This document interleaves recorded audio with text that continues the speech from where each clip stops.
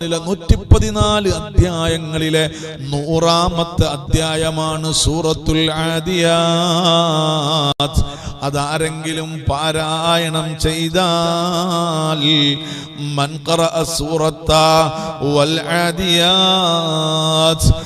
ആദിയാത്ത് ആരെങ്കിലും പാരായണം ചെയ്താൽ ഉഅതിയ മിനൽ അജ്രി 10 ഹസനാത്തിൻ ബിഅദദി മൻ ബാത ബിമുസ്തലിഫത്തിൻ വശഹിദ ജംആ.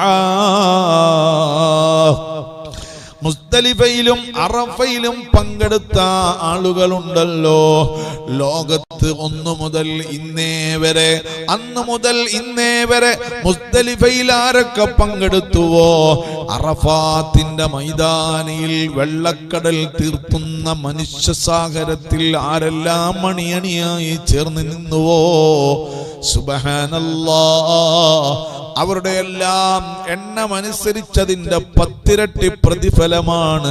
സൂറത്തുൽ ആദിയാത്ത് ഖുർആനിലെ 100ാമത്തെ അധ്യായം ഓതിയാൽ അല്ലാഹു സുബ്ഹാനഹു വ തആല അവന് നൽകുന്നതെന്ന് മുസ്തലിഫയിൽ രാപ്പാർക്കുക ഹജ്ജിന്റെ പ്രധാനപ്പെട്ട കർമ്മങ്ങളാണ്. അറഫയിൽ നിൽക്കുക ഹജ്ജിന്റെ പ്രധാനപ്പെട്ട കർമ്മങ്ങളാണ്.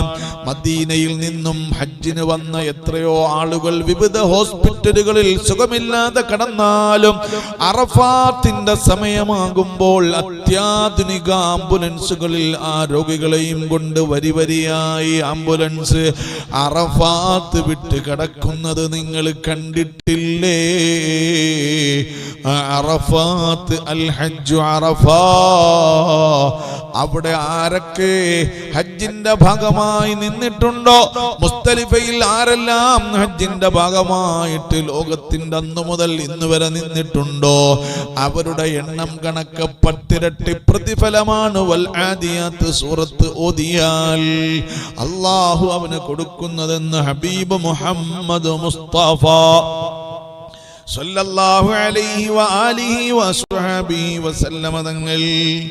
മാത്രമല്ല, ഇതാരെങ്കിലും ഒരു പേപ്പറിലോ തകിടിലോ എഴുതി സൂക്ഷിച്ചാൽ അവന് നിർഭയത്വം അല്ലാഹു കൊടുക്കുന്നതാണ്, അമ്ന് കൊടുക്കുന്നതാണ്. സാമ്പത്തിക നിർഭയത്വം, ശാരീരിക നിർഭയത്വം, ശത്രുക്കളാലുള്ള നിർഭയത്വം, അങ്ങനെ ലോകത്ത് മനുഷ്യനാവശ്യമായുള്ള എല്ലാ നിർഭയത്വങ്ങളും അല്ലാഹു ഈ സൂറത്ത് ഓതിയാൽ ഈ സൂറത്തിന്റെ ഹക്ക് കൊണ്ട് നൽകുന്നതാണെന്ന് അതാ മഹാന്മാര് പഠിപ്പിക്കുകയാണ്. മാത്രമല്ല, സാമ്പത്തിക ഭദ്രത ആർക്കെങ്കിലും ആഗ്രഹമുണ്ടെങ്കിൽ, സാമ്പത്തിക